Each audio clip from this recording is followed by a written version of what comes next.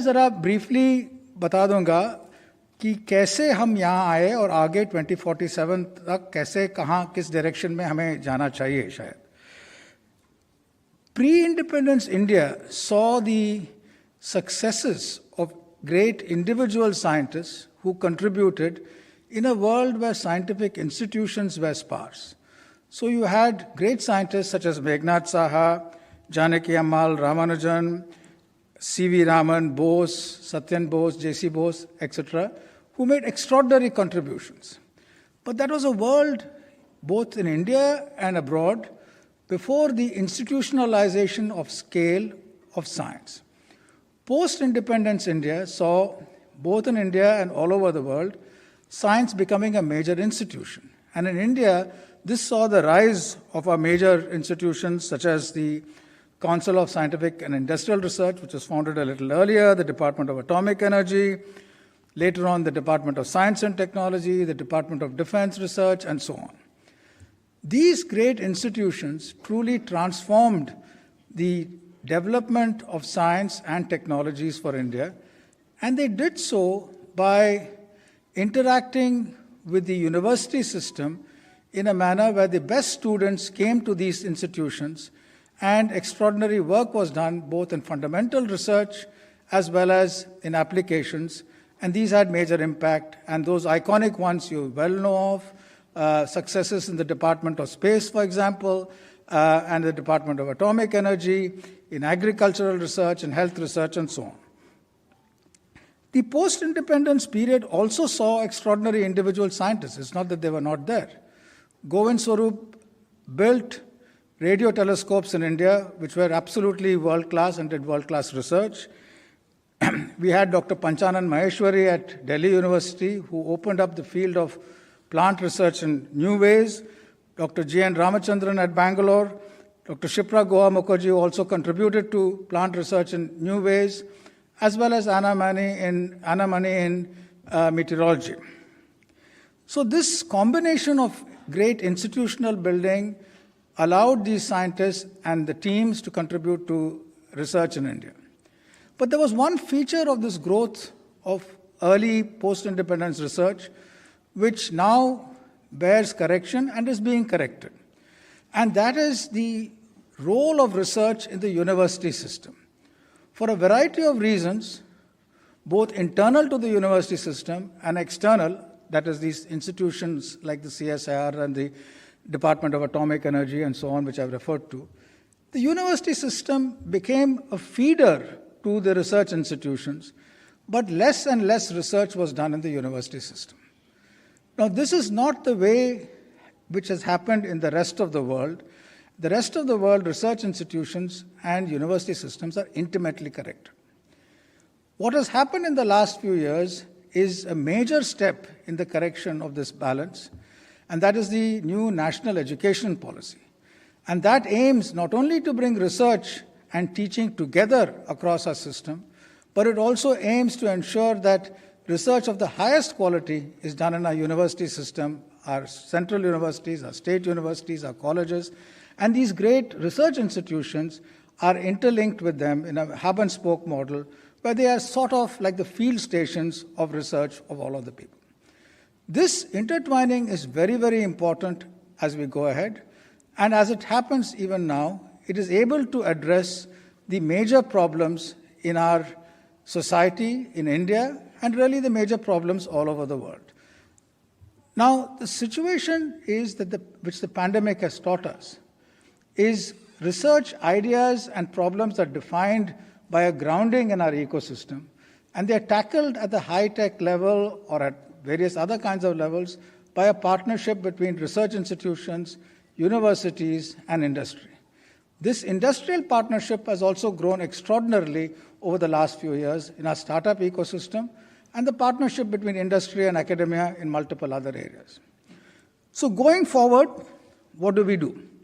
If you look at 2047, it is clear that there are extraordinary challenges which the world faces and which India is in a very strong position to help solve because of our very talented young people.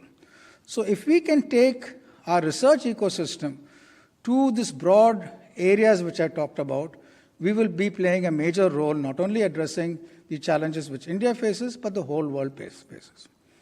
Going forward for the next 25 years, very simply, there are major issues which we know are there to be addressed, and these relate to agriculture, health, climate change, biodiversity, environment, manufacturing, computers, supercomputing, quantum missions, and so on. So these are what one would call the known problems which we need to address. And major missions have been launched, major partnerships with industry and academia, which will drive this known knowns. So this is a thrust which is already there and which will go forward.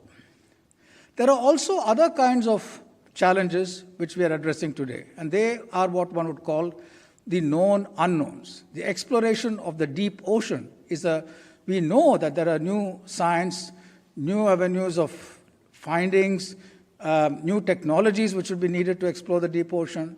So this is a known unknown, and the deep ocean mission which the Mantriji has launched under the aegis of the Ministry of Earth Sciences will explore such known unknowns, just as we would explore space and continue to do so. So these are the known unknowns. There are also other areas which are very complicated, which are known. We know that they are complicated, but we are unable to address right now. How does the brain, for example, which is a collection of billions of neurons and trillions of connections, how does it process information to result in action?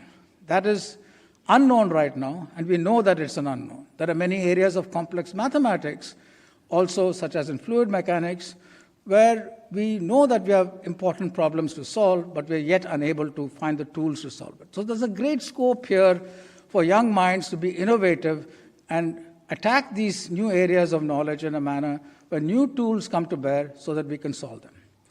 Finally, there are problems which we don't know that they exist, and we don't know what those problems are. How can we ever be prepared for something which are unknown unknowns? How can we be prepared for something which we don't know exists?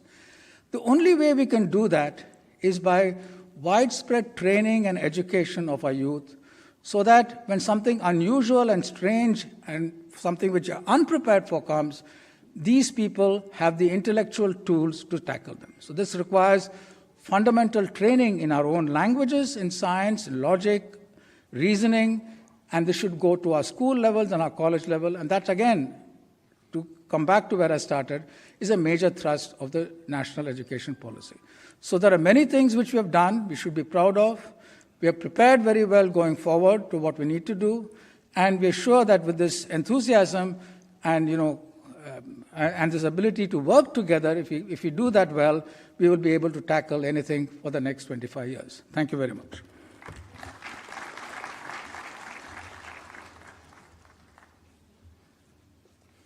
Thank you, sir, for enlightening us with your views and thoughts.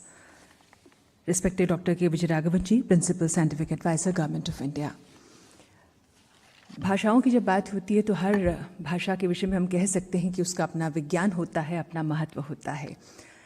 लेकिन संस्कृत एक ऐसी भाषा है जो अपने आप में वैज्ञानिक भाषा है, और इसीलिए हमारे इस महोत्सव का शीर्षक हमने दिया है विज्ञान सर्वत्र पूज्यते। और अब हम माननीय मंत्रीगण से अनुरोध करेंगे, कृपया विज्ञान के प्रसार के महोत्सव विज्ञान सर्वत्र पूज्यते का डिजिटली शुभारंभ करने की कृपा करें। Sir please.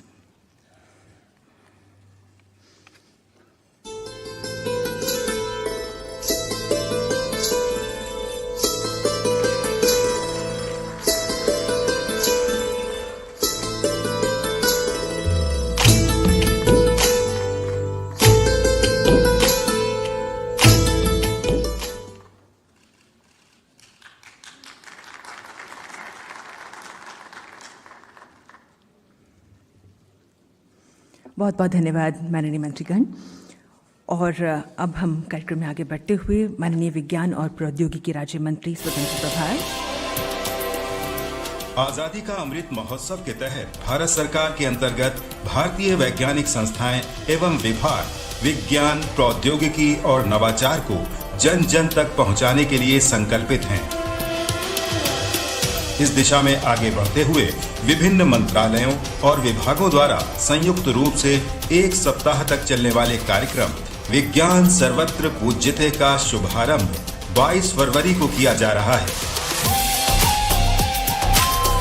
विज्ञान सर्वत्र पूज्यते कार्यक्रम भारत की वैज्ञानिक विरासत, प्रौद्योगिकी, कौशल को प्रदर्शित करने के साथ ही रक्षा, अंतरिक्ष, स्वास्थ्य, कृषि, खगोल विज्ञान और अन्य क्षेत्रों में अभिनव समाधान खोजने की दिशा में एक प्रयास है।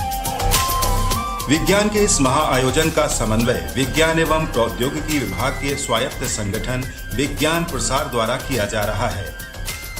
आजादी के 75 वर्षों की वैज्ञानिक यात्रा को यादगार बनाने और भविष्य के दृष्टिकोण को प्रदर्शित करने का यह प्रयास मेक इन इंडिया और आत्मनिर्भर भारत जैसी भारत सरकार की दूरदर्शी सोच को बल दे रहा है। आजादी के 75वें वर्ष में हमें मिलकर काम करना होगा। नेक्स्ट जनरेशन इंफ्रास्ट्रक्चर के लिए हमें मिलकर काम करना होगा। वर्ल्ड क्लास मैन्युफैक्चरिंग के लिए हमें मिलकर काम करना होगा। कटिंग एज इनोवेशंस के लिए हमें मिलकर काम करना होगा।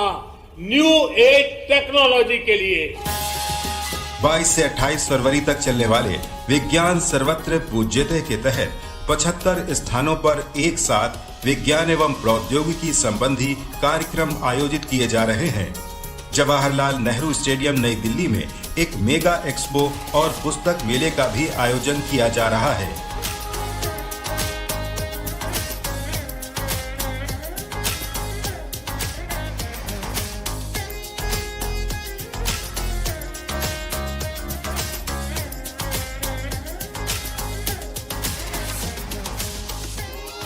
अट्ठाईस फरवरी को इस विज्ञान सप्ताह का समापन समारोह विज्ञान भवन में आयोजित होगा। कार्यक्रम की जानकारी www.vigyanpujyate.in पर उपलब्ध है। विज्ञान के इस महाआयोजन में शामिल होकर आजादी के अमृत महोत्सव अभियान में भागीदार बन विज्ञान एवं प्रौद्योगिकी के महत्व से परिचित होने के इस अवसर का लाभ उठाएं और विज्ञान सर्वत्र पूज्यते कार्यक्रम से जुड़ें।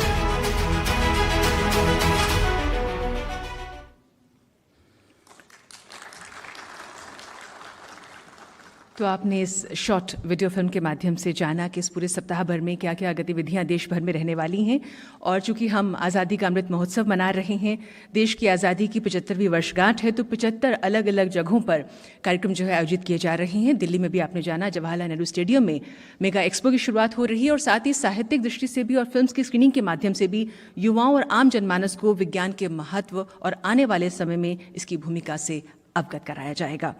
और अब हम माननीय विज्ञान और प्रौद्योगिकी राज्य मंत्री, स्वतंत्र प्रभार, पृथ्वी विज्ञान राज्य मंत्री, परमाणु ऊर्जा और अंतरिक्ष मंत्री, प्रधानमंत्री कार्यालय, कार्मिक, लोक शिकायत और पेंशन राज्य मंत्री डॉक्टर जितेंद्र सिंह जी से सादर निवेदन करेंगे। कृपया आज के इस शुभ अवसर पर अपने आशीर्वचनों से सर आप हमें कृतार्थ करें।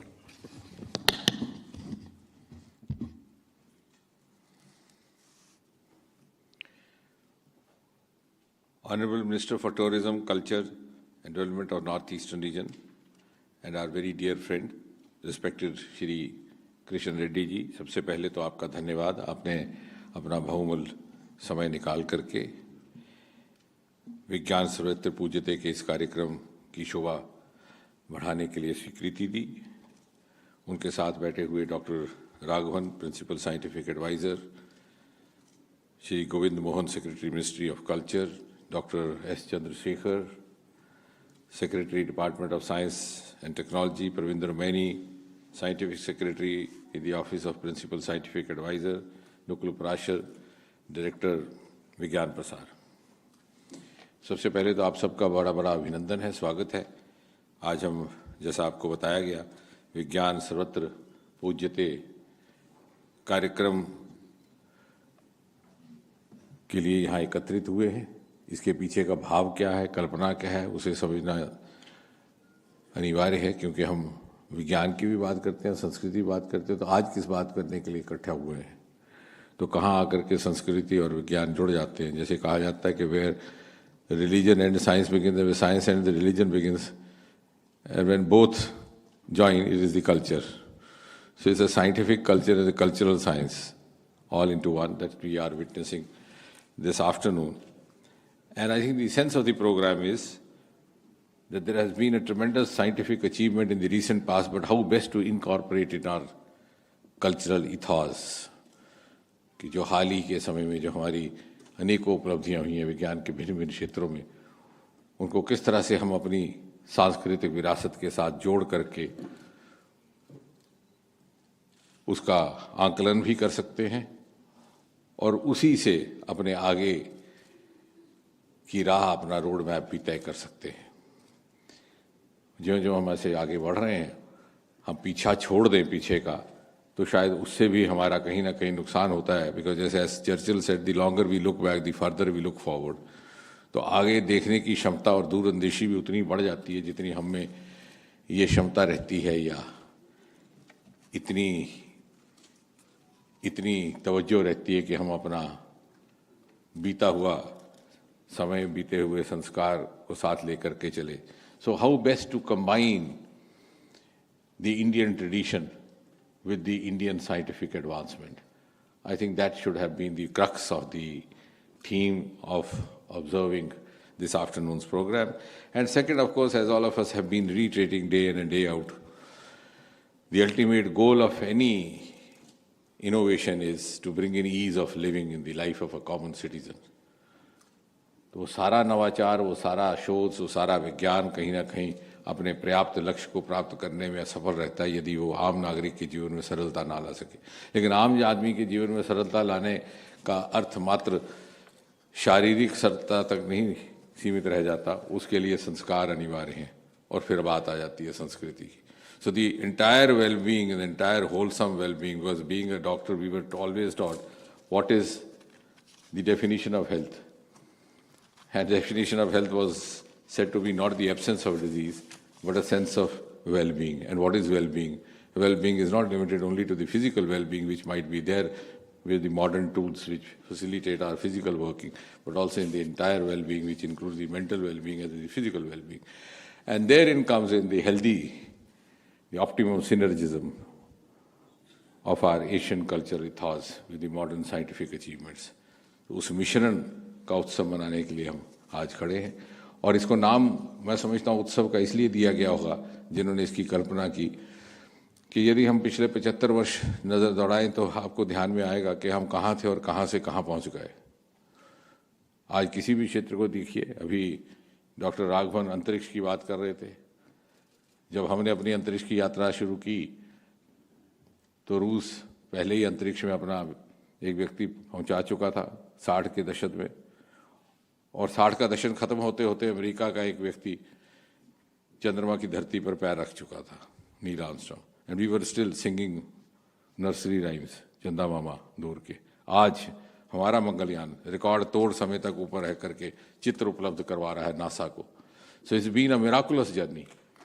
And ladies and gentlemen, what is important with this theme to think is that this journey has been possible not only because of our scientific feat or scientific capacities, but also because of the cultural strength, the civilizational strength which was behind it, which enabled us to sustain it, which enabled us to make such rapid strides. क्योंकि हमारे संस्कारों में, हमारी संस्कृति में था कि हमने जो बीता हुआ समय है उसकी पूर्ति करके देश के अन्य देशों के साथ खड़े होकर के प्रथम कतार में आना है। एक ज़माना था हमारे संस्थानों के लिए वैज्ञानिकों की खोज करने विदेश जाना पड़ता था।